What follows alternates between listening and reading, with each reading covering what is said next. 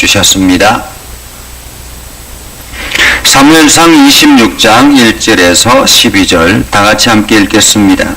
10사람이 기브아에 와서 사울에게 말하여 이르되 다윗이 광야 앞 하길라산에 숨지 아니하였나이까 하매 사울이 일어나 10광야에서 다윗을 찾으려고 이스라엘에서 택한 사람 3,000명과 함께 10광야로 내려가서 사울이 광야 앞 하길라산 길가에 진친이라. 다윗이 광야에 있더니 사울이 자기를 따라 광야로 들어옴을 알고 이에 다윗이 정탐꾼을 보내어 사울이 과연 이른 줄 알고 다윗이 일어나 사울이 진친 곳에 이르러 사울과 넬의 아들 군사령관 아브넬이 머무는 것을 본즉 사울이 진영 가운데 누웠고 백성은 그를 둘러 진쳤더라. 이에 다윗이 햇사람 아히멜렉과 스루야의 아들 요압의 아우 아비새에게 물어 이르되 누가 나와 더불어 진영에 내려가서 사울에게 이르겠느냐 하니 아비새가 이르되 내가 함께 가겠나이다. 다윗과 아비새가 밤에 그 백성에게 나아가 본즉 사울이 진영 가운데 누워 자고 창은 머리곁 땅에 꽂혀 있고 아브넬과 백성들은 그를 둘러 누웠는지라. 아비새가 다윗에게 이르되 하나님이 오늘 당신의 원수를 당신의 손에 넘기셨나이다.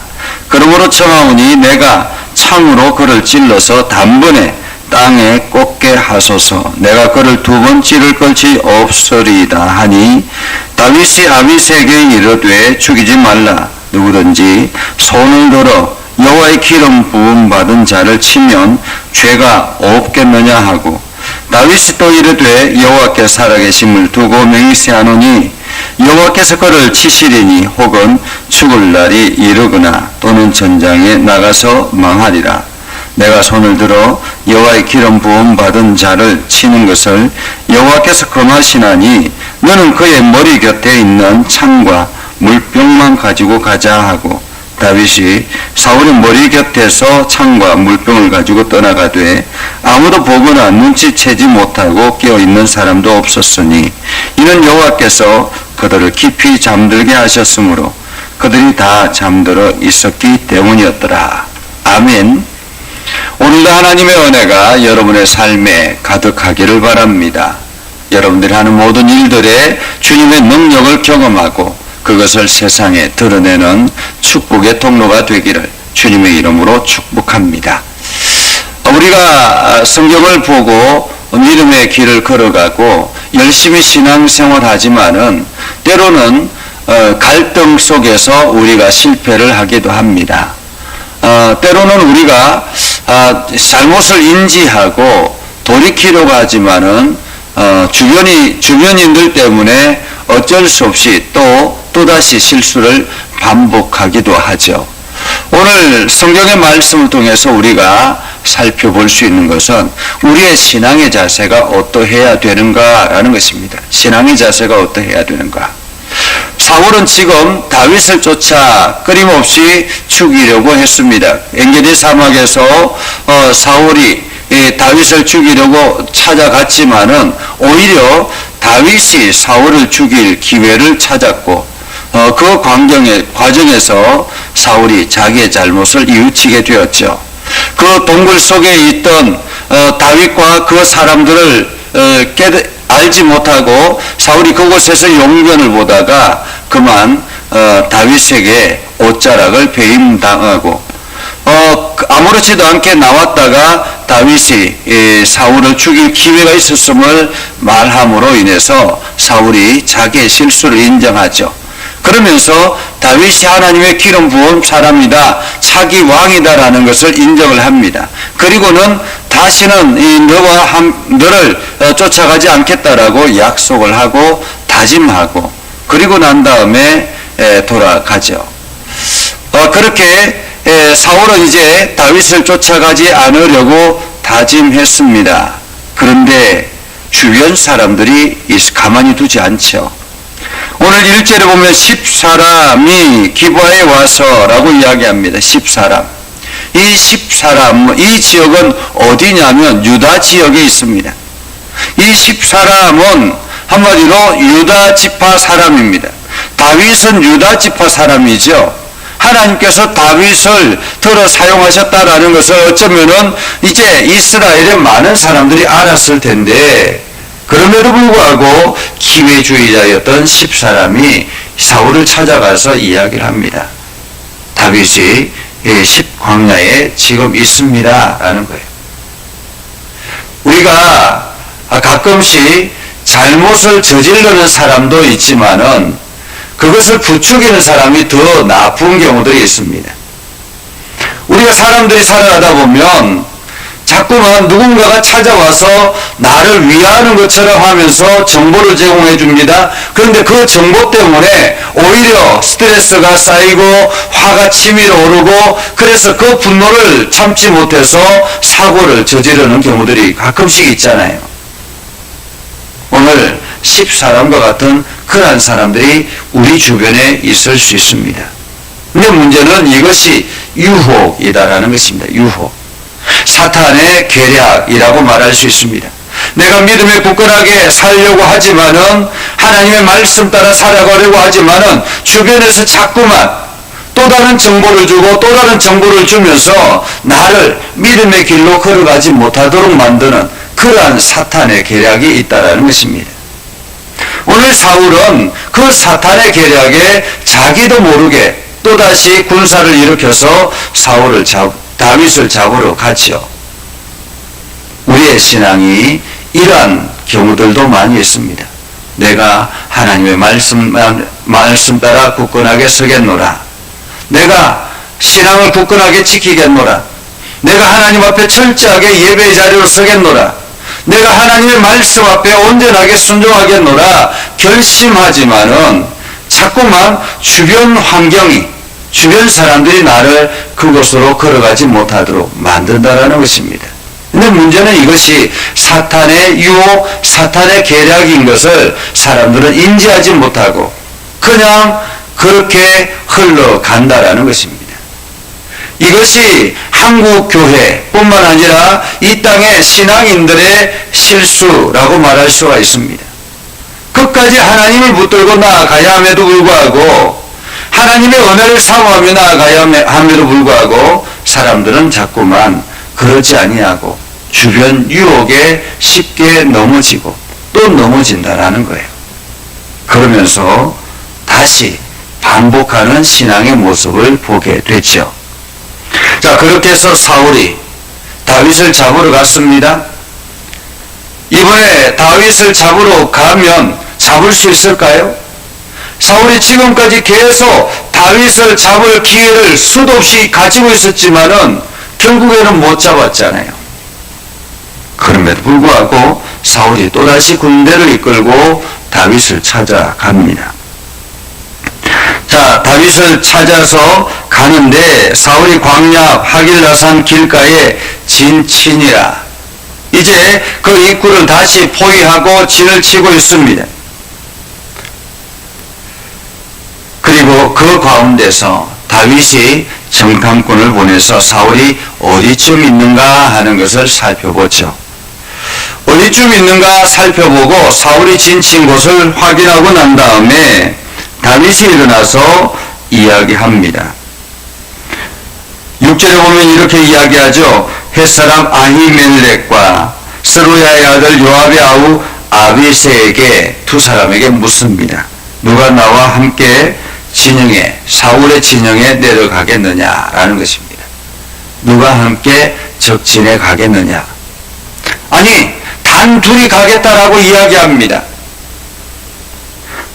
엄청난 군대 3,000명이 있는 그 군대, 그 한복판에 어쩌면은 사지로 가겠느냐라는 거죠. 나와 함께 목숨 걸고 사울의 진영에 갈 사람이 누구냐라는 것입니다.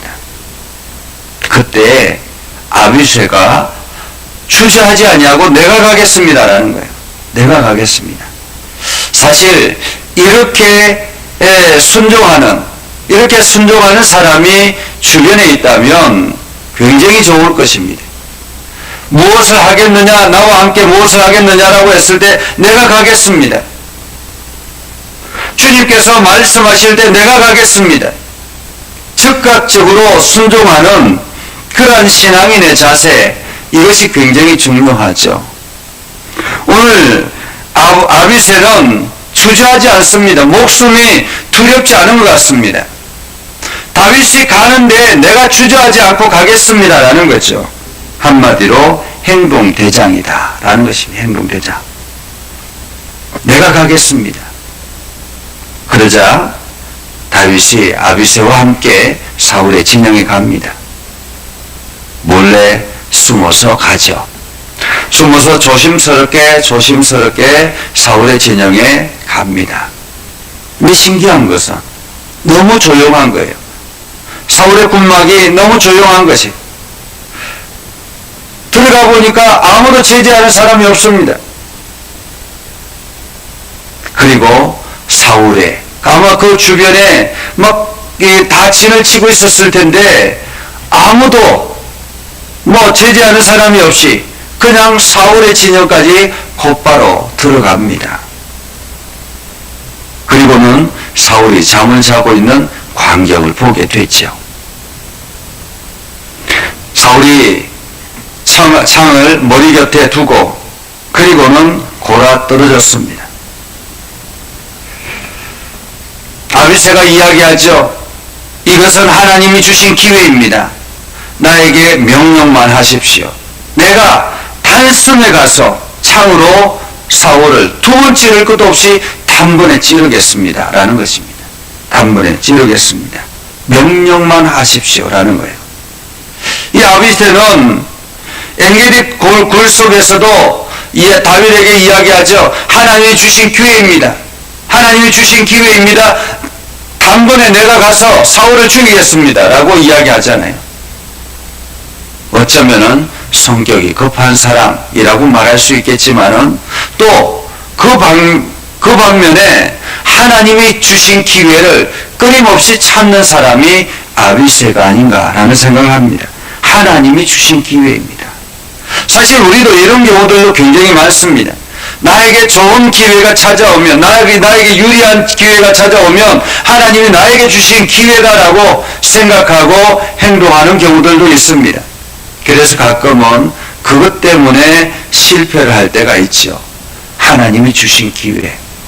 그런데 다윗이 뭐라고 이야기합니까?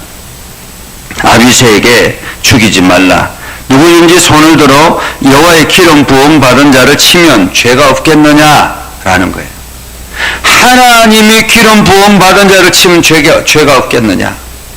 지금 놓여져 있는 이 환경, 앞에 놓여져 있는, 눈앞에 놓여져 있는 이 환경보다 더 중요한 것이 하나님께서 무엇을 원하시는가라는 것입니다.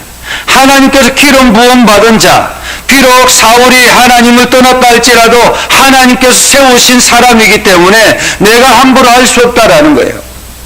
다윗의 원칙은 분명합니다. 하나님의 기름 부음 받은 자를 내가 함부로 판단하고 내가 함부로 정죄하지 않겠다라는 것입니다. 이것이 지금 눈앞에 있는 이익보다 훨씬 우선이었다라는 것입니다. 우리가 인생을 살아갈 때에 어떤 것을 결정해야 될 때 어느 것이 우선인가를 고민할 때가 있습니다. 그때 당장의 눈앞에 보여지는 이익이냐, 아니면 그 뒷면에 있는 하나님의 마음인가, 하나님의 뜻인가라는 것입니다. 눈앞에 보여지는 이익을 가지고 이것이 하나님의 뜻이라고 이해할 수 있습니다. 그럴 수 있잖아요. 이것이 하나님의 뜻이다라고 이해할 수 있습니다. 그런데 우리는 그때 한 번 더 기도하는 자세가 필요합니다. 정말로 하나님, 이것이 하나님의 뜻입니까? 하나님이 이 일을 통해서 무엇을 하시려고 하십니까? 라는 거예요. 만약에 다윗이 이 과정에서 사울을 죽였다면 어떻게 됐을까요? 사울이 전장에 나가서, 나중에 한번 보십시오. 사울이 전장에 나가서 죽고 난 뒤에도 다윗이 곧바로 이스라엘의 왕이 되지 못했습니다. 꿀랑 유다 지파 속에서만 왕이 되었습니다. 나머지 11지파는 다윗을 지지하지 않았던 거예요. 그런데 지금 사울을 죽였다고 해서 왕이 되겠느냐라는 것입니다. 철저하게 하나님 앞에 묻고 기도하고 하나님의 뜻을 살피는 지혜가 필요한 것입니다. 다윗이 아비새에게 하나님의 살아계심을 두고 맹세하노니 여호와께서 그를 치시리니 혹은 죽을 날이 이르거나 또는 전장에 나가서 망하리라. 하나님께서 심판하시도록 투자하라는 거죠. 하나님이 심판하시도록. 그리고는 그곳에 있는 창과 물병만 가지고 가자. 그렇게 해서 창과 물병만 몰래 가지고 갔습니다. 그런데 12절에 보면 기가 막힌 말씀이 있죠. 다윗과 아비새가 이 사울의 진영에 들어와서 아무런 문제가 없도록 만든 이가 누구냐라는 거예요. 성경에 보면 여호와께서 그들을 깊이 잠들게 하셨으므로, 이는 여호와께서 그들을 깊이 잠들게 하셨으므로 하나님께서 그들을 깊이 잠들게 했다라는 것입니다. 근데 객관적으로 보면 이런 거예요. 사울이 다윗을 잡으러 왔는데 다윗이 설마 반격을 하겠느냐라고 생각하고 방심한 거죠. 그냥 이제 우리는 철저하게 다윗을 잡으러 온 것이지 다윗이 자기를 공격할 것이라고 생각지도 못했던 것입니다. 그래서 그냥 무방비 상태에서 자고 있었더라라는 것입니다. 그런데 이것이 하나님이 행하셨던 일이라는 거예요. 우리 주변에 이러한 수많은 일들이 일어납니다. 그것을 하나님의 뜻이냐 하나님의 뜻이 아니냐를 우리는 판단할 필요가 있습니다. 하나님께서 이러한 환경을 만들고 이러한 과정에서 하나님께서 또다시 나를 시험하는 일이 무엇인가 우리는 끊임없이 살피고 또 살펴야 하는 것입니다. 하나님께서 지금 사울의 진영에 다 잠들게 하고 다윗이 어떻게 하고 있는가 지켜보고 있는 것 같지 않습니까? 어쩌면은 우리가 신앙생활 하면서 이렇게 다 만들어 놓고 내가 어떤 결정을 하는가 지켜보는 것과 같은 거죠. 그때 내가 어떤 결정을 할 것인가 굉장히 중요한 문제입니다. 우리가 하나님의 쓰임을 받으려면, 하나님 나라를 향해서 달려가려면, 하나님 앞에 귀한 축복의 통로가 되게 하려면 우리는 나의 유익보다 하나님의 뜻이 우선이고 하나님께서 원하시는 일이 무엇인가를 끊임없이 묻고 또 묻는 그런 믿음의 자세가 필요합니다. 그래서 여러분 모두 다가 오늘도 하나님의 영광을 드러내는 참 빛을 드러내는 귀한 삶을 살아갈 수 있기를 주님의 이름으로 축복합니다. 기도하겠습니다. 거룩하신 아버지 하나님, 은혜를 감사합니다. 하나님의 말씀 앞에 순종하며 하나님의 뜻 가운데 거하기를 원합니다. 하나님 우리 가운데 역사해 주셔서 믿음의 길을 온전하게 걸어가게 하시고 하나님의 영광을 드러내게 하시고 복음에 합당한 열매를 맺으며 살아가게 하옵소서. 아버지 하나님, 오늘도 우리를 통해서 하나님의 뜻이 이루어지기를 소망합니다. 하나님 우리 가운데 역사해 주시고 온전하게 하셔서 주의 영광을 드러내게 하옵소서. 하나님 우리 가운데 역사해 주셔서 하나님의 뜻을 깨닫는 지혜가 있게 해주시고 우리가 날마다 하나님의 뜻대로 살아가는 귀하고 복된 삶이 되게 하옵소서. 예수님 이름으로 기도드립니다. 아멘. 이제는 우리 구주 예수 그리스도의 은혜와 하나님 아버지 극진하신 사랑과 성령님의 감화 감동 역사 위로 교통하시며 은혜가 주의 말씀 가운데 있는 믿음 백성들 위해 하는 모든 일들 위해 영원토록 함께 하옵시기를 간절히 축원하옵나이다. 아멘.